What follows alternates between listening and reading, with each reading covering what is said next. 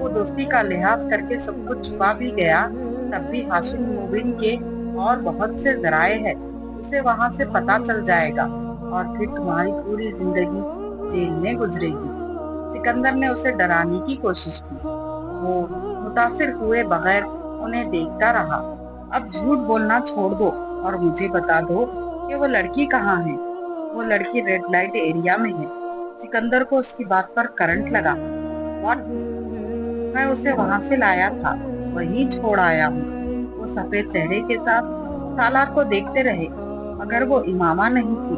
میں پرسوں لاہور گیا ہوا تھا، وہاں سے میں رات گزارنے کے لیے اس لڑکی کو لایا تھا۔ آج میں اسے وہاں چھوڑ آیا۔ میرے پاس اس کا کوئی کانٹیکٹ نمبر تو نہیں ہے، مگر آپ میرے ساتھ لاہور چلیں تو میں آپ کو اس لڑکی کے پاس لے جاتا ہوں یا پتہ بتا دیتا ہوں۔ آپ خود یا پولیس کو کہیں کہ وہ اس لڑکی سے تصدیق کر لے۔ کمرے میں ایک دم خاموشی چھا گئی۔ طیبہ اور سکندر بے یقینی سے سالار کو دیکھ رہے تھے، جبکہ وہ بڑے اطمینان انداز میں کھڑکیوں سے باہر دیکھ رہا تھا۔ مجھے یقین نہیں آتا کہ تم اس طرح کی حرکت کر سکتے ہو، تم ایسی جگہ جا سکتے ہو۔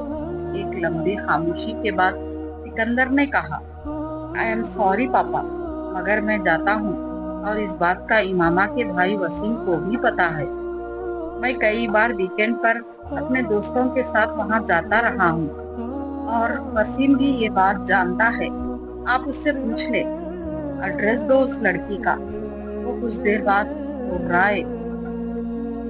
میں اپنے کمرے سے لے کر آتا ہوں، اس نے اٹھتے ہوئے کہا۔ اپنے کمرے میں آ کر اس نے موبائل اٹھایا اور لاہور میں رہنے والے اپنے ایک دوست کو فون کرنے لگا۔ اسے ساری صورتحال بتانے کے بعد اس نے کہا، اکمل، میں اپنے پاپا کو ریڈ لائٹ ایریا کے اس گھر کا پتہ دے رہا ہوں جہاں ہم جاتے رہتے ہیں۔ تم وہاں کسی بھی ایسی لڑکی کو جو مجھے جانتی ہے اس کو اس بارے میں بتا دو۔ میں ابھی کچھ دیر تک تمہیں دوبارہ فون کرتا ہوں۔ وہ کہتے ہوئے تیزی سے ایک چٹ پر ایک ایڈریس لکھنے لگا اور پھر اسے لے کر سکندر کے کمرے میں آ گیا۔ اس نے چٹ سکندر کے سامنے کر دی، جسے انہوں نے تقریباً چھین لیا۔ ایک نظر اس چٹ پر ڈال کر انہوں نے شرمگی نظروں سے اسے دیکھا۔ دفع ہو جاؤ یہاں سے۔ وہ اطمینان سے انداز میں وہاں سے آ گیا۔ اپنے کمرے میں آ کر اس نے اکمل کو دوبارہ فون کیا۔ میں تمہیں وہاں پہنچ کر فون کرتا ہوں، اکمل نے اس سے کہا۔ وہ بیڈ پر لیٹ کر اس کا انتظار کرنے لگا۔ 15 منٹ کے بعد اکمل نے اسے فون کیا۔ سالار، میں نے ثانیہ کو تیار کیا ہے، اسے میں نے سارا معاملہ سمجھا دیا ہے۔ اکمل نے اسے بتایا وہ ثانیہ کو جانتا تھا۔ اکمل، اب تم ایک کاغذ اور پینسل لو اور میں کچھ چیزیں لکھوا رہا ہوں، اسے لکھو، اس نے اکمل سے کہا، اور پھر اسے اپنے گھر کے بیرونی منظر اور لوکیشن کی تفصیلات لکھوانے لگا۔ یہ کیا؟ میں نے دیکھا ہوا ہے تمہارا گھر، اکمل نے کچھ حیرانی سے اس سے پوچھا۔ تم نے دیکھا ہے، ثانیہ نے تو نہیں دیکھا۔ یہ ساری تفصیلات میں ثانیہ کے لیے لکھوا رہا ہوں۔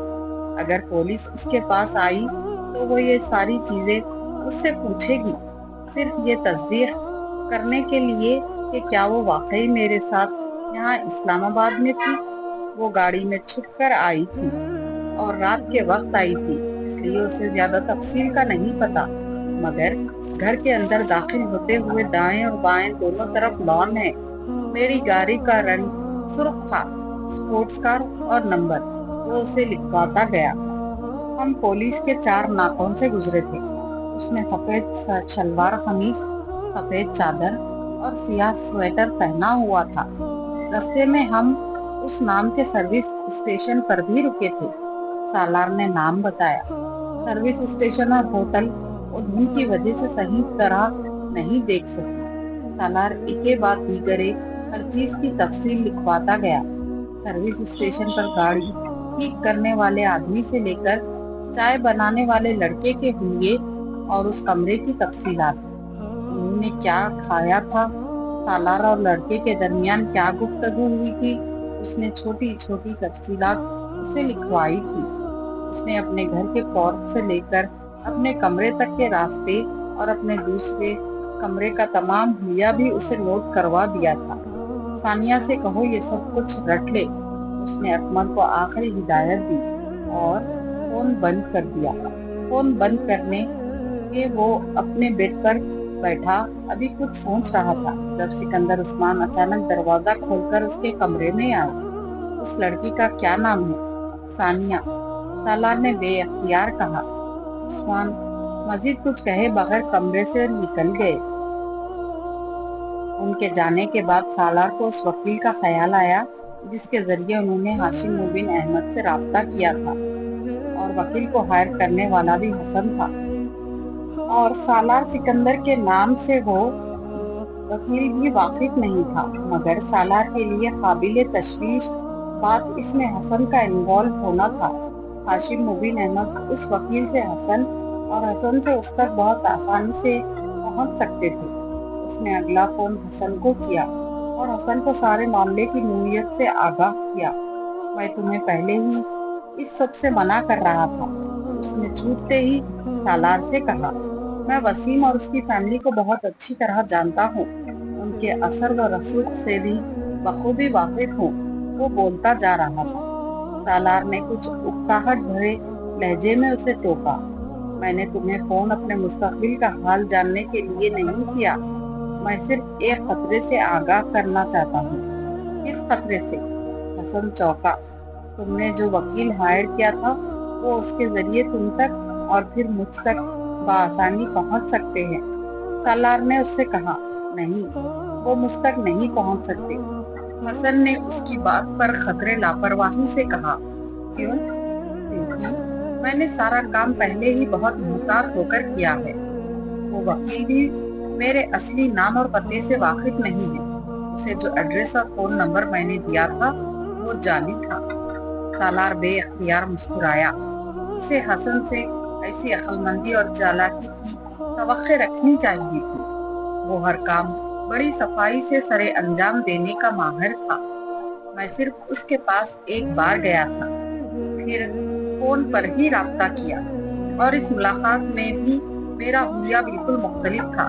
میں نہیں سمجھتا کہ صرف حلیے سے ہاشم مبین احمد مجھ تک پہنچ سکتے ہیں، اور اگر وہ پہنچ گئے تو پتہ نہیں۔ اس تو کے بارے میں نے نہیں سوچا۔ حسن نے صاف گوئی سے کہا۔ کیا یہ بہتر نہیں ہے کہ تم کچھ دنوں کے لیے کہیں غائب ہو جاؤ اور یوں ظاہر کرو کہ جیسے تمہاری یہ غیر موجودگی کچھ ضروری کاموں کے لیے تھی؟ سالار نے اس سے مشورہ دیا۔ اس سے بہتر مشورہ بھی میرے پاس ہے۔ میں اس وکیل کو کچھ روپے پہنچا کر یہ ہدایت دے دیتا ہوں کہ ہاشم مبین یا پولیس کے پہنچنے پر وہ انہیں میرا غلط حلیہ بتائے۔ کم از کم اس طرح فوری طور پر کسی پریشانی کا شکار نہیں ہوں گا۔ اور انہی دنوں میں ویسے بھی چند ہفتوں کے لیے انگلینڈ جا رہا ہوں۔ حسن نے بتایا۔ پولیس اگر پہنچ بھی گئی تو تب بھی میں ان کی پہنچ سے بہت دور رہوں گا، مگر مجھے یہ یقین نہیں ہے کہ وہ مجھ تک پہنچ سکیں گے، اس لیے تم اطمینان رکھو۔ اگر تم واقعی اتنے بے فکر اور مطمئن ہو تو ٹھیک ہے، ہو سکتا ہے وہ تم تک نہ ہی آئیں، مگر میں نے بھی پھر بھی کچھ سوچا ہے کہ میں تمہیں بتا دوں۔ سالار نے فون بند کرتے ہوئے اس سے کہا۔ ویسے تم اس لڑکی کو اب لاہور میں کہاں چھوڑ کر آئے ہو؟ لاہور کی ایک سڑک پر چھوڑ آیا ہوں، اس کے علاوہ اور کہاں چھوڑ سکتا تھا؟ اس نے اپنے محل وقوع اور حدود اربع کے بارے میں کچھ نہیں بتایا، وہ بس چلی گئی۔ عجیب بے وقوف ہو، کم از کم تم تو اس کا ٹھکانہ پوچھنے کا حوصلہ رکھتے تھے۔ ہاں، مگر مجھے اس کی ضرورت نہیں پڑی۔ سالار نے دانستہ امامہ سے آخری بار ہونے والی اپنی گفتگو گول کر دی۔ میں حیران ہوں کہ تم اب کس طرح کے معاملات میں انوالو ہونے لگی ہو۔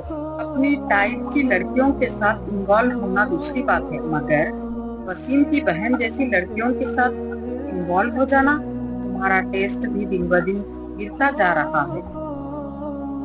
میں انوالو ہوا ہوں، تم واقعی عقل سے پیدل ہو، ورنہ کم از کم اس طرح کی بات مجھ سے نہ کرتے۔ ایڈونچر اور انوالومنٹ میں زمین آسمان کا فرق ہوتا ہے حسن صاحب، سالار نے طنزیہ لہجے میں کہا۔ اور آپ نے یہ فیصلہ ایک ہی چھلانگ میں طے کر لیا ہے سالار صاحب، حسن نے بھی اسی کے انداز میں جواب دیا۔ تمہارا دماغ خراب ہے اور کچھ نہیں، اور تمہارا دماغ مجھ سے زیادہ خراب ہے، ورنہ اس طرح کی حماقت کو ایڈونچر کبھی نہ کہتے۔ حسن بھی خطرے جھلایا ہوا تھا۔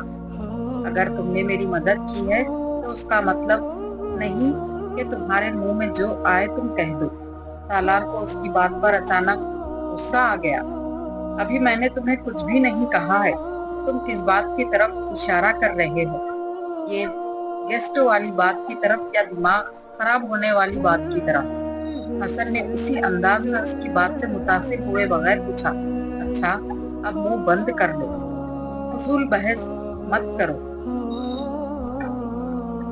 اس وقت ان تمام باتوں کو کرنے کا مطلب گڑے مردے اکھاڑنا ہے۔ حسن اب سنجیدہ تھا۔ فرض کرو پولیس کسی صورت ہم تک پہنچ جاتی ہے اور پھر وہ امامہ کا اتا پتہ جاننے کی کوشش کرتے ہیں تو ہم کیا بتائیں گے؟ اور میں نے نہیں سمجھتا کہ وہ کبھی بھی اس بات پر یقین کریں گے کہ امامہ کے بارے میں تمہیں کچھ پتہ نہیں ہے۔ اس وقت تم کیا کرو گی؟ میں کچھ بھی نہیں کروں گا، میں ان سے وہی کہوں گا جو میں تم سے کہہ رہا ہوں، اس نے بلند آواز میں کہا۔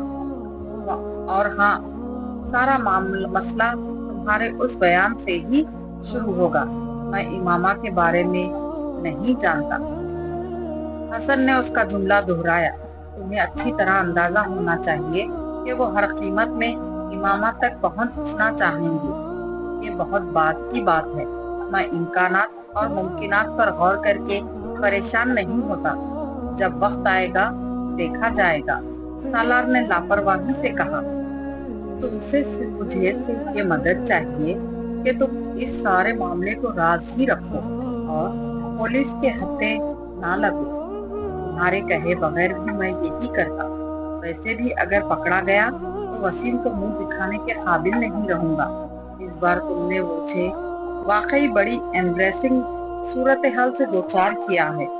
اوکے، میں فون بند کر رہا ہوں کیونکہ تم پر پھر وہی دورہ پڑنے والا ہے، وہی نصیحتیں اور پچھتاوا۔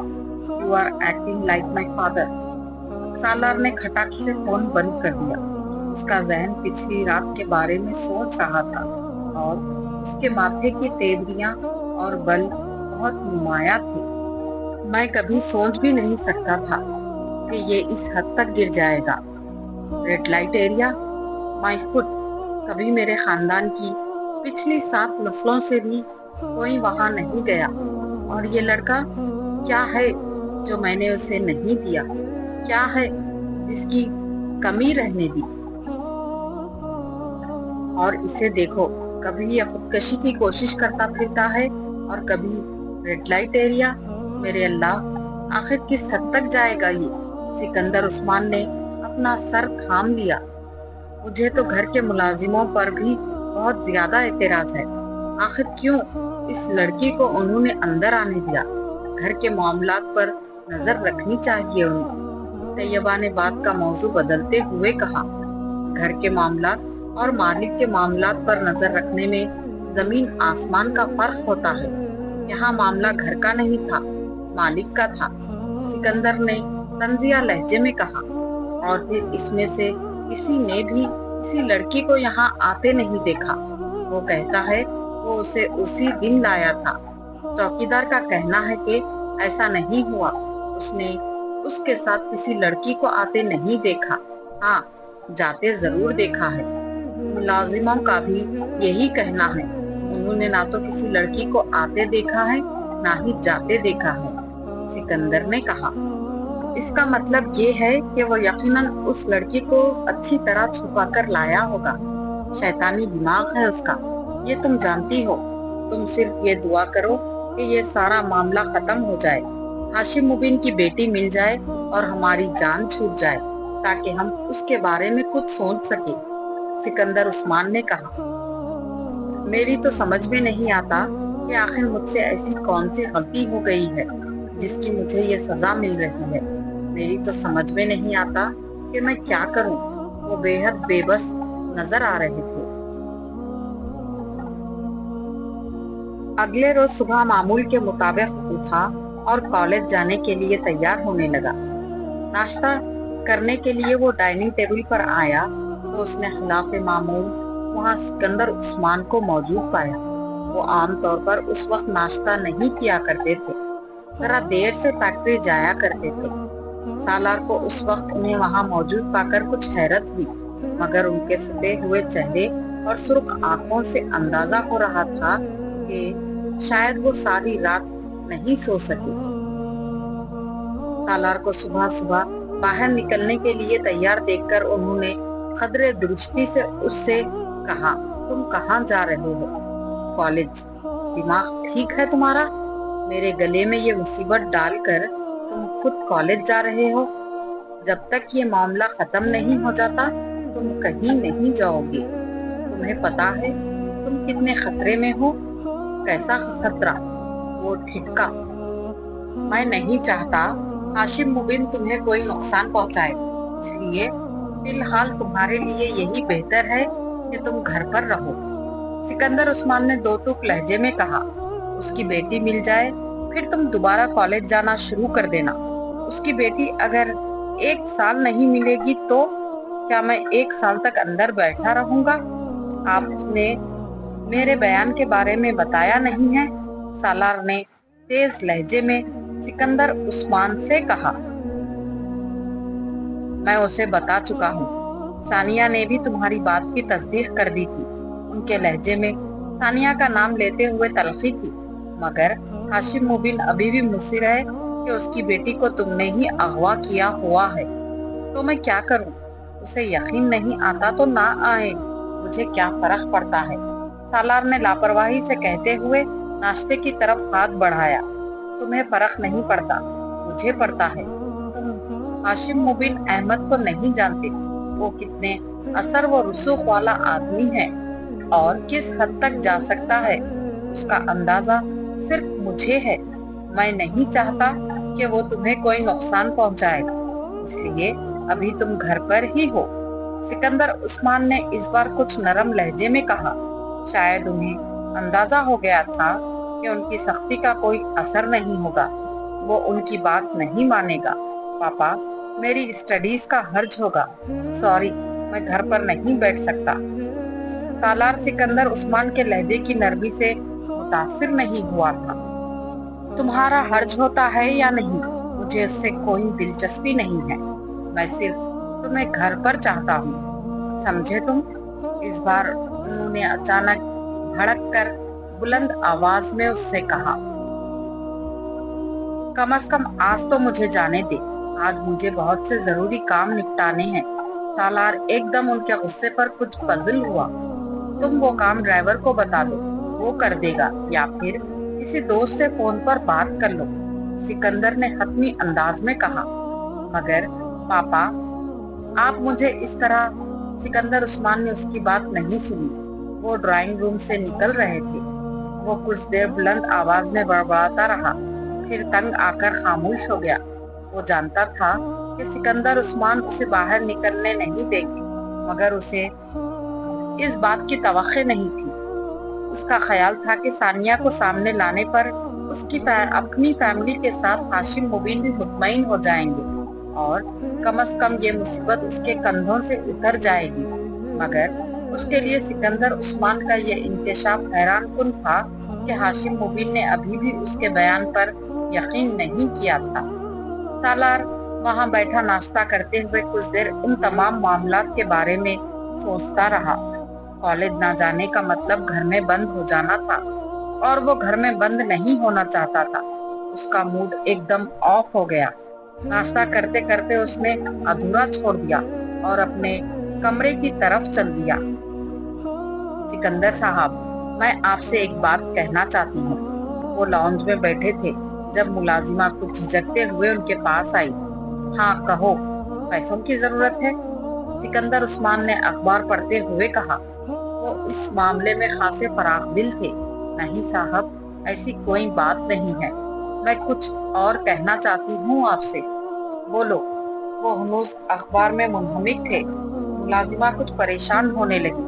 ناصرہ نے بہت سوچ سمجھ کر سالار اور امامہ کے بارے میں سکندر عثمان کو بتانے کا فیصلہ کیا تھا، کیونکہ اسے یہ سب کچھ اب بہت پریشان کن لگ رہا تھا۔ وہ نہیں چاہتی تھی کہ جلد یا بدیر یہ پتہ چل جائے کہ ان دونوں کے درمیان رابطے کا ذریعہ وہ تھی، اور پھر اسے اور اس کے پورے خاندان کو پولیس کا سامنا کرنا پڑے۔ اسی لیے اپنے شوہر سے مشورے کے بعد اس نے سکندر عثمان کو سب کچھ بتانے کا فیصلہ کر لیا تھا، تاکہ کم از کم وہ دونوں گھر والوں میں سے کسی ایک کی ہمدردی اپنے ساتھ رکھے۔ چپ کیوں ہو، بولو، سکندر عثمان نے اسے خاموش پا کر ایک بار پھر اس سے کہا۔ ان کی نظریں ابھی بھی اخبار پر جمی ہوئی تھی۔ سکندر صاحب، میں آپ کو سالار صاحب کے بارے میں کچھ بتانا چاہتی ہوں، ناصرہ نے بالآخر ایک طویل توقف کے بعد کہا۔ سکندر عثمان نے بے اختیار اخبار اپنے چہرے کے سامنے سے ہٹا کر اسے دیکھا۔ سالار کے بارے میں کیا کہنا چاہتی ہو؟ انہوں نے اخبار کو سامنے سینٹر ٹیبل پر پھینکتے ہوئے سنجیدگی سے کہا۔ سالار صاحب اور امامہ بی بی کے بارے میں کچھ بتانا چاہتی ہوں۔ سکندر عثمان کا دل بے اختیار اچھل کر حلق میں آ گیا۔ کیا؟ بہت دن پہلے ایک دن سالار صاحب نے مجھ سے کہا تھا کہ میں ان کا موبائل اپنی بیٹی کے ہاتھ امامہ بی بی کو پہنچا دوں۔ سکندر عثمان کو لگا وہ دوبارہ کبھی ہل نہیں سکیں گے۔ تو ہاشم مبین احمد کا خیال اور اصرار ٹھیک تھا، ان کے بدترین خیاس اور اندازے درست تھے۔ پھر انہیں اپنی آواز کسی کھائی سے آتی لگی۔ میں نے انکار کر دیا کہ یہ کام میں نہیں کر سکتی، مگر انہوں نے مجھے بہت دھمکایا۔ انہوں نے کہا کہ وہ مجھے گھر سے نکال دیں گے، جس پر مجبوراً میں وہ موبائل امامہ بی بی تک پہنچانے کے لیے تیار ہو گئی۔ اپنی پوزیشن کو محفوظ رکھنے کے لیے ناصرہ نے اپنے بیان میں جھوٹ کی آمیزش کرتے ہوئے کہا۔ پھر اس کے کچھ دن بعد ایک دن سالار صاحب نے کہا کہ میں کچھ کاغذات امامہ بی بی تک پہنچاؤں اور پھر اسی وقت ان کاغذات کو واپس لے آؤں۔ میں نے اپنی بیٹی کے ذریعے وہ کاغذات بھی امامہ بی بی کے پاس پہنچا کر واپس منگوا لیے اور سالار صاحب کو دے دیے۔ میں نے سالار صاحب سے ان کاغذات کے بارے میں پوچھا، مگر انہوں نے نہیں بتایا۔ مگر مجھے شک تھا کہ شاید وہ نکاح نامہ تھا، کیونکہ اس وقت سالار صاحب کے کمرے میں 5 لوگ موجود تھے، ان میں سے ایک مولوی بھی تھا۔ سکندر عثمان کو وہاں بیٹھے بیٹھے ٹھنڈے پسینے آنے لگے تھے۔ اور یہ کب کی بات ہے؟ امامہ بی بی کے جانے سے چند دن پہلے، ناصرہ نے کہا۔ تم نے مجھے اس بارے میں کیوں نہیں بتایا؟ سکندر عثمان نے درست لہجے میں کہا۔ میں بہت خوفزدہ تھی صاحب جی۔ سالار صاحب نے مجھے دھمکیاں دی تھی کہ اگر میں نے آپ کو یا کسی اور کو اس سارے معاملے کے بارے میں بتایا تو وہ مجھے یہاں سے باہر پھینکوا دیں گے۔ ناصرہ نے کہا۔ وہ کون لوگ تھے؟ انہیں پہچانتی ہو؟ سکندر عثمان نے بے حد اضطراب کے عالم میں کہا۔ بس ایک کو، حسن صاحب تھے۔ اس نے سالار کے ایک دوست کا نام لیا، باقی اور کسی کو میں نہیں پہچانتی، ناصرہ نے کہا۔ میں بہت پریشان تھی، آپ کو بتانا چاہتی تھی، مگر ڈرتی تھی کہ آپ میرے بارے میں کیا سوچیں گے، مگر اب مجھ سے برداشت نہیں ہوا۔ اور کون کون اس کے بارے میں جانتا ہے؟ سکندر عثمان نے کہا۔ کوئی بھی نہیں، بس میری بیٹی اور میرا شوہر، ناصرہ نے جلدی سے کہا۔ ملازموں میں سے کسی اور کو کچھ پتا ہے؟ توبہ کرے جی، میں کیوں کسی کو کچھ بتاتی؟ میں نے کسی کو کچھ بھی نہیں بتایا۔ تم نے جو کچھ کیا اس کے بارے میں تو میں بعد میں طے کروں گا، مگر فی الحال تم ایک بات اچھی طرح ذہن نشین کر لو، تم کسی کو بھی اس سارے معاملے کے بارے میں نہیں بتاؤ گی۔ اپنا منہ ہمیشہ کے لیے بند کرنا، ورنہ اس بار میں نہ صرف تمہیں واقعی اس گھر سے نکال دوں گا، بلکہ میں ہاشم مبین اور پولیس سے کہہ دوں گا کہ یہ سب کچھ تم نے کروایا ہے۔ تم نے ہی ان دونوں کو گمراہ کیا تھا اور تم ہی ان دونوں کے پیغامات ایک دوسرے تک پہنچاتی رہی۔